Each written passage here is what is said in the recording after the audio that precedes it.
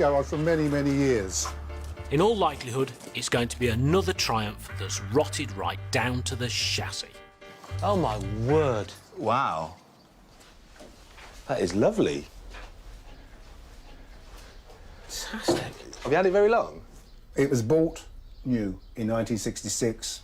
My mother bought it, and thinking back, it was total folly, because this car cost, I think, close to £700. You could have bought a house with that. Yeah. You're the only owner? There's been one owner. And it might surprise you that there's less than 30,000 miles on that You're clock. kidding me. That's the truth. I start it up every month or so, and it normally starts first time or second time. But it hasn't been out of the garage since Mum came here, which was about 14 years ago. Oh, OK. You all right if we open the bonnet, John? Of course, please. I just love the way the whole front of the car just tips forward. Just look at that. You little beauty.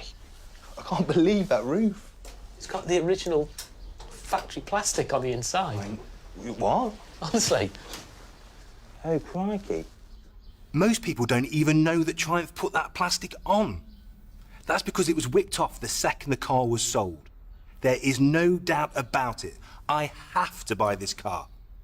John, it's got all the battery plastic on the door card still. Oh, well, I never unwrapped it. Somewhere underneath that dusty old exterior is a pristine motor car. And now Dave and Ads need to bring her back to her best.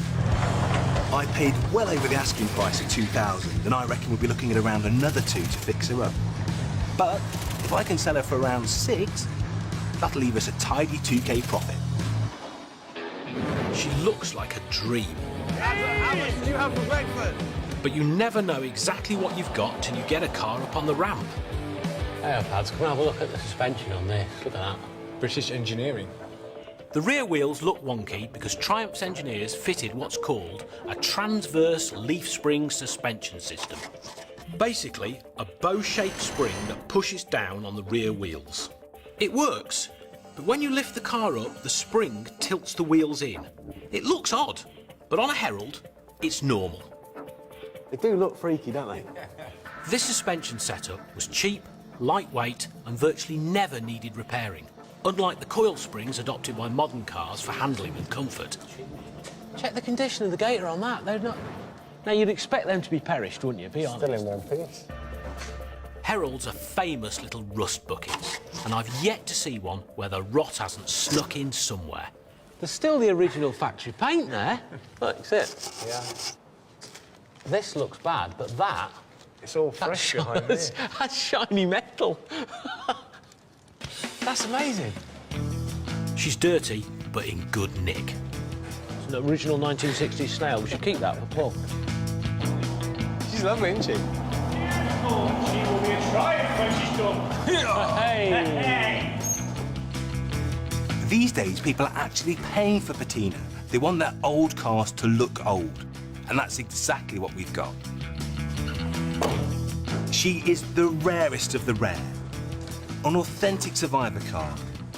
Everything that we see here, every panel, every lick of paint, was done in the factory nearly half a century ago.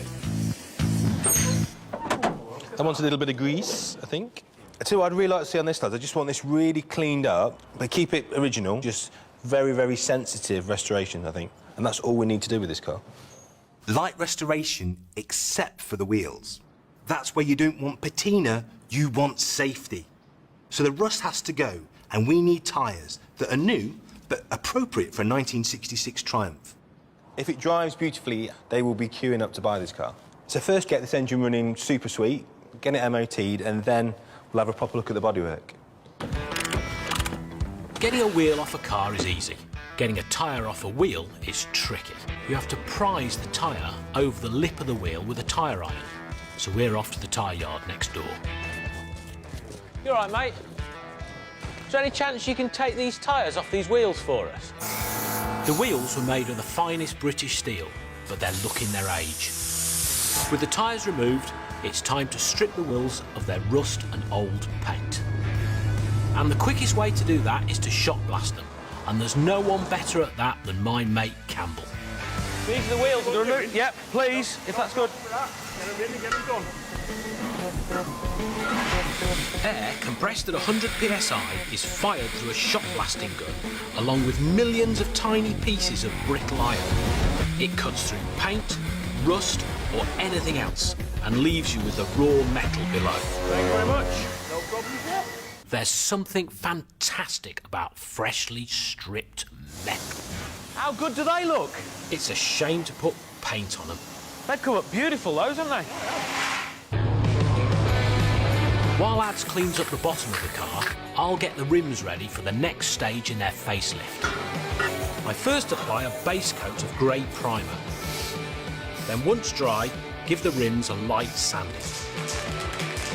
You then clean the dust away, ready for the first of a minimum of 2 top coats of white enamel base paint for toughness against stone chips and life on the open road.